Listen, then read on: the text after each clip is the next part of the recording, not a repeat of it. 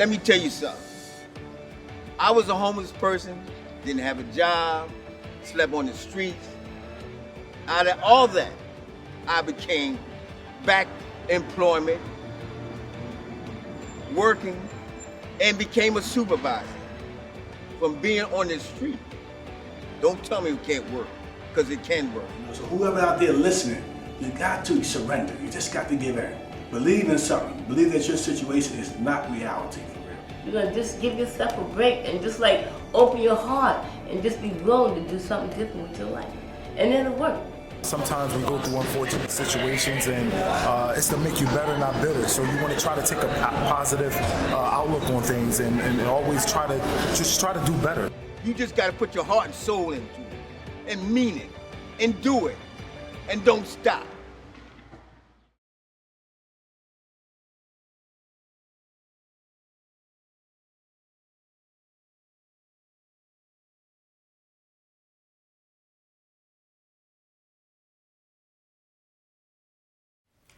Hi, I'm Emily Selverian, and I'm a senior Girl Scout who has always wanted to help those in need in some way.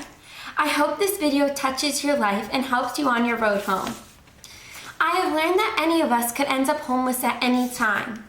We are all just one step away, but we are also one step away from helping each other.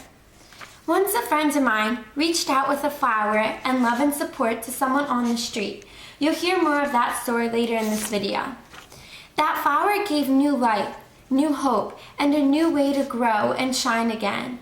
This is my flower to you. I hope these stories and resources in this video help guide you on your path to health and happiness and a new life of new fulfillment. There are many who care about you and your journey.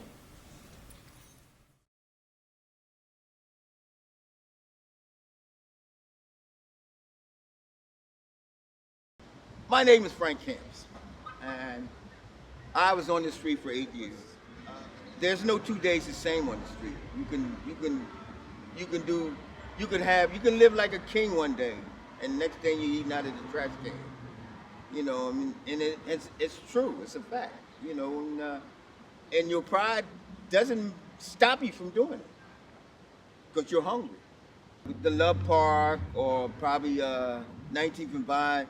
And most of the time in the evening, they feed at night. You know, one of the churches will come out and bring food. And St. John's feeds every day from 12 to 1.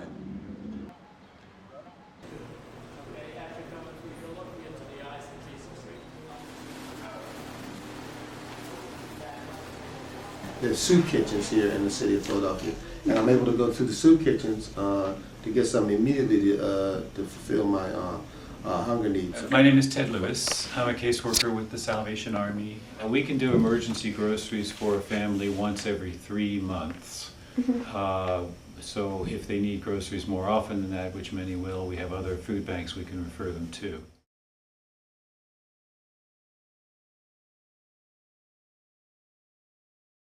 I'm a resident here at the Good Shepherd program, which is associated with St. John Hospice. So I've been living in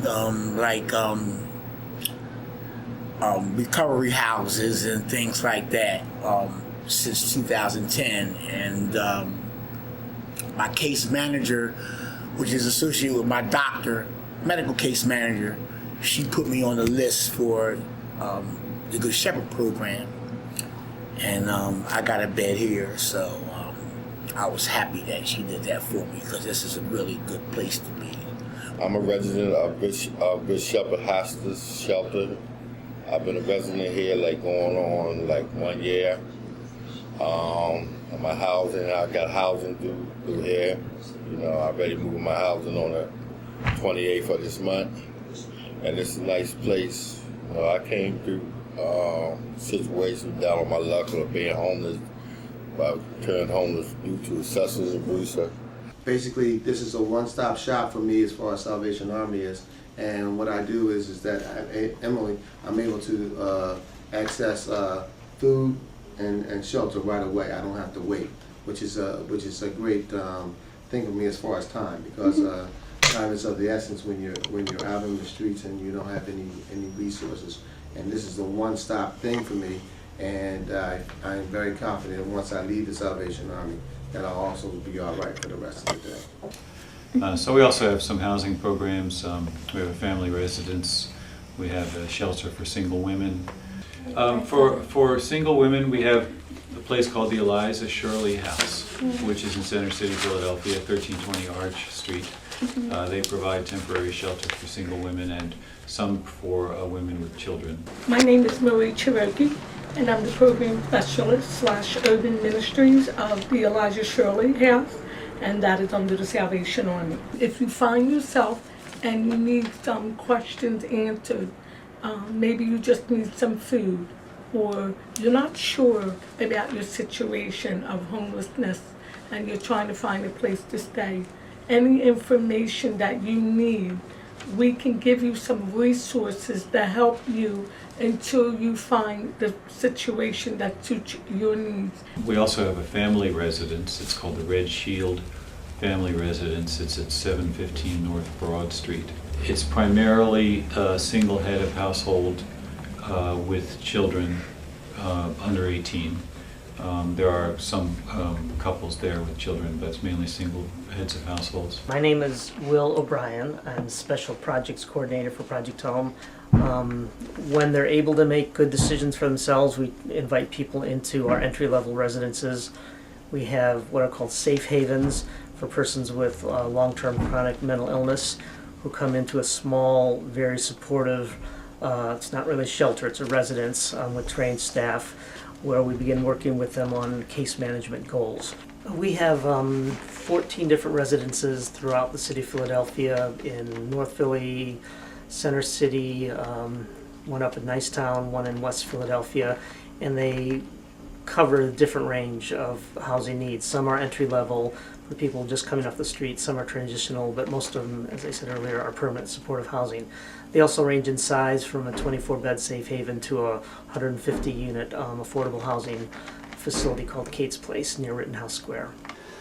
I did 20 years of parole. This is basically one of the few places that would rent to me, you know, on a background check. And what I like about Project Home is there's always something to do. There's always food to eat. There's always your finances are taken care of. The rent is subsidized, you know.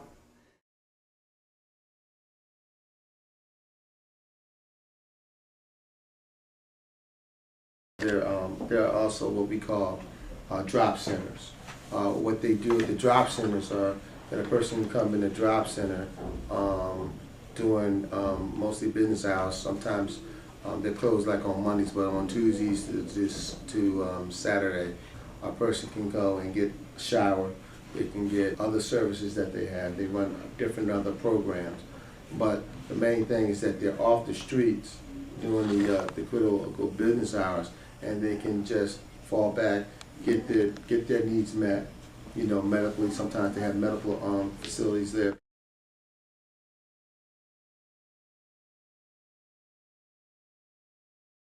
People that come for clothing referrals, we can give them referrals as often as every week. For emergency groceries, clothing referrals, information about social services, they don't need an appointment. We take walk-ins Monday through Thursday mornings.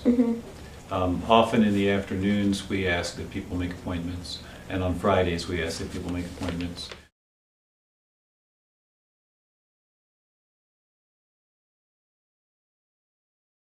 Homeless is not one of those situations you ever want to be in if you can help it. But you don't know what God got in store for you. You don't know what tomorrow's going to bring. And don't be ashamed. Because I know in the beginning for me, like I was kind of ashamed, but once I realized these people cared about me and they was willing to help me and open up their service to me, but I just had to open up and ask for the help and be willing to accept the help. You know, because help is out here. You gotta come clean and know that you need the help. And that's what I did. I told my doctors that I was sick. I told my psychiatrist that I had mental and emotional issues, stress, and they pointed me towards the right programs. And there's a lot of different programs you can go to in this city that can help you. I didn't really realize there was as many programs as there are, but there is. So I'm involved in quite a few of them, and I'm really thankful. I'm really thankful that I landed myself here in the Good Shepherd program, because they offer you a lot of things to do, a lot of things to keep your mind busy, to make you feel like you're part of the world again, part of the human race, as they say, part of society. When you're homeless, you don't feel like you're part of society and that kind of thing. And being here in a place like this makes you feel like you're wanted and you're worth something. So they got places. I mean, Philadelphia. If you want some help, you can get it. Yes. But you got to ask, and you got to, and like Project Home and other organizations got a thing called outreach. It's on a van. So when people approach you, they there to help you. They ain't there to get no information on you to do any damage to you or cause you any problem. They whole thing is just to help you. So be trustful and willing to let them people help. Folks do come here during the day and meet with outreach caseworkers. That's here at 1515 Fairmount. One thing that's very important to Project Home is the values with which we undertake our work. We strongly stress the dignity of each person. We don't care what your situation in life is. We look at you as a person with dignity, with potential, with gifts, with struggles, but we all have struggles.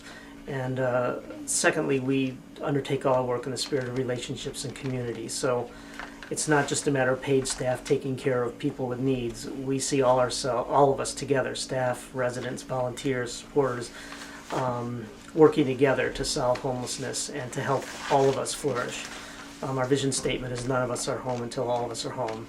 So we see all this work as a journey of everyone together kind of working to heal our society and ourselves.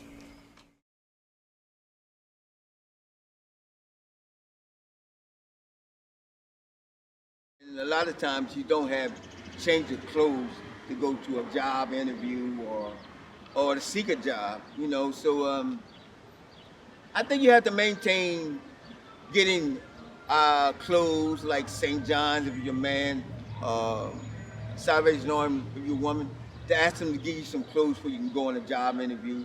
Or some of the churches that come out, you might have to ask them, can you help me with some clothes? I'm looking for a job.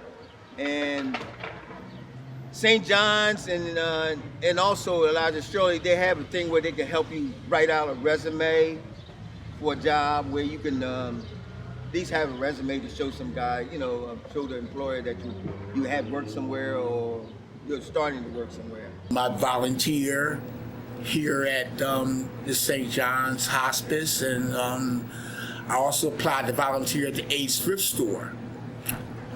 So I'm waiting to hear back from them. I used to be a volunteer with the American Red Cross, and I'm going to probably go back to them because I did enjoy doing that.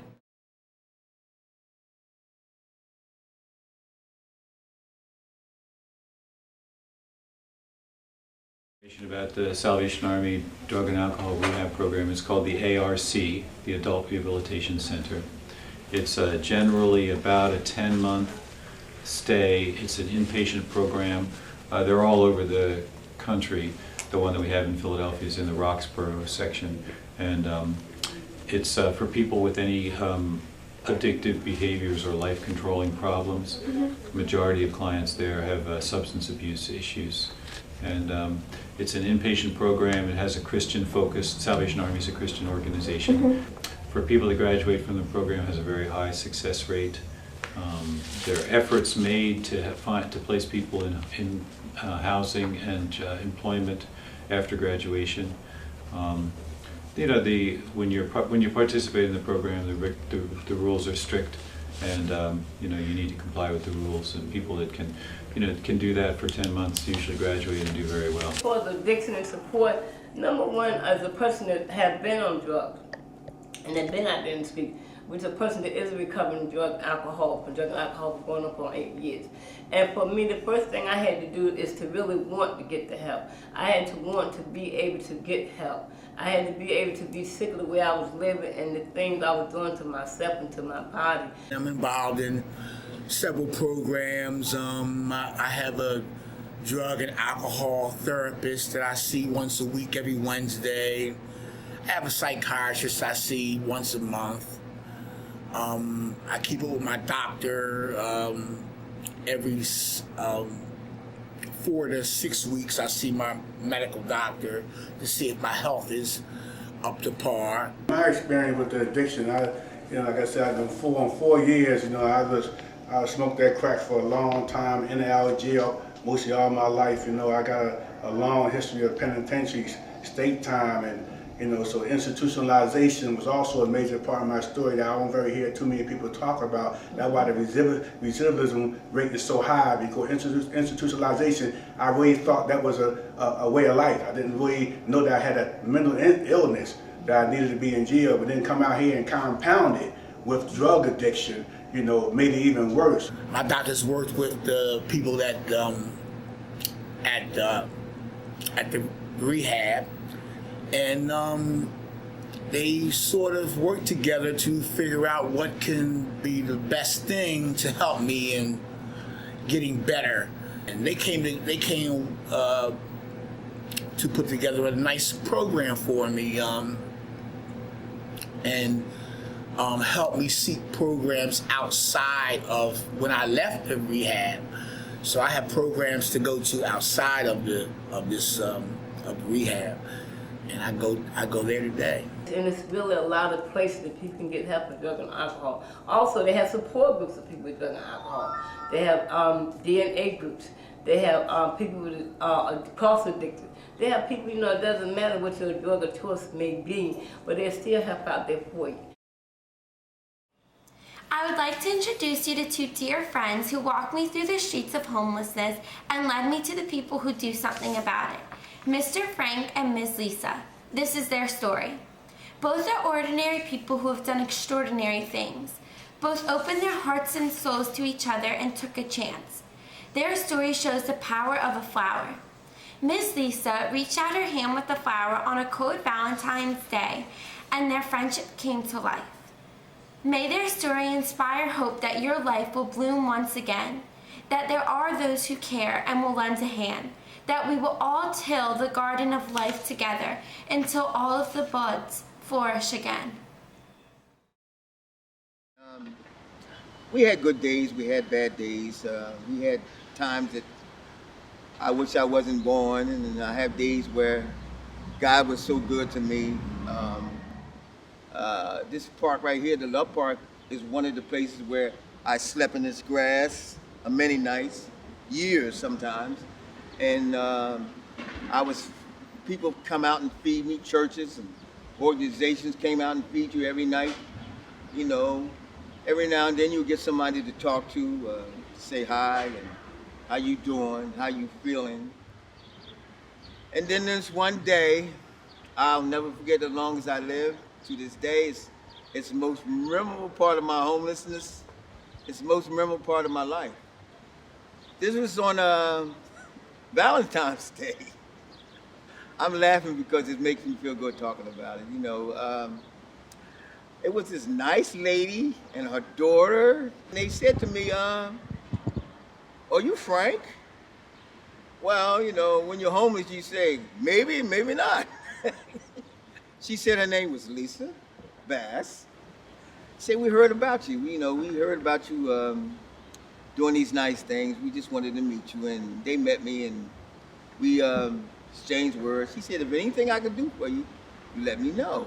And so she said, let me know Monday. So I said, okay.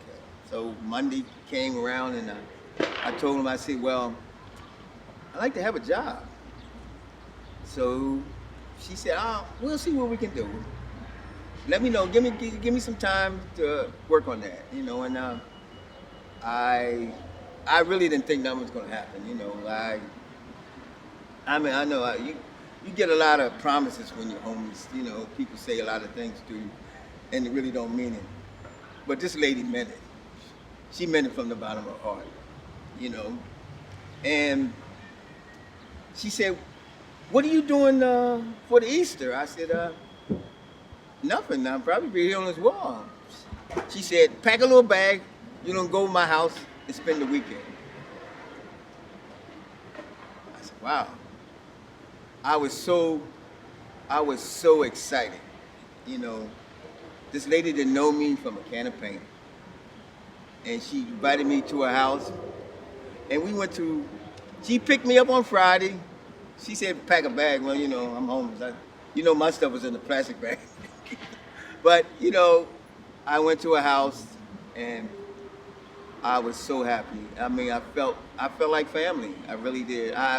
I've never felt like family with my own family that I did that day. Oh, by the way, this is Lisa Bass right here. Let's have a seat, lady. She wanted me to give you a hug. She took me to her house. This lady right here, Lisa Bass. And we spent the whole Easter weekend together. We went to her father's grave. We put flowers on her father's grave. She still loves me, and I still love her. But later on, she got me a job in her building.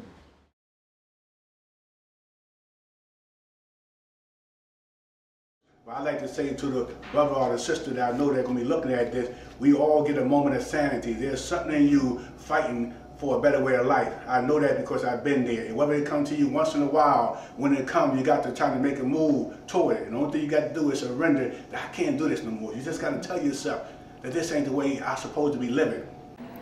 Know that somewhere somebody else is in your predicament. Somebody else is in a worse predicament. And you also have people in better predicaments. They put themselves in those predicaments. What you do now will make you do now. Your time is now. Someone who may be watching this or listening to this, just understand that there's help there for you, but the first thing you must do is ask for it. I'm not going to tell you it's going to be easy, because I'll be telling a lie. It's going to be hard, but it's going to be worth it. You're going to feel better. You're going to feel better turning the light off, opening the door, looking in the refrigerator and have a choice of food. Not, wait till the church comes before I can get a sandwich. See, some days, they'll be all behind you. Maybe in your life you'll get better and come back and get some of yourself. Change is about change. It's about changing your life from this to a key in your hand.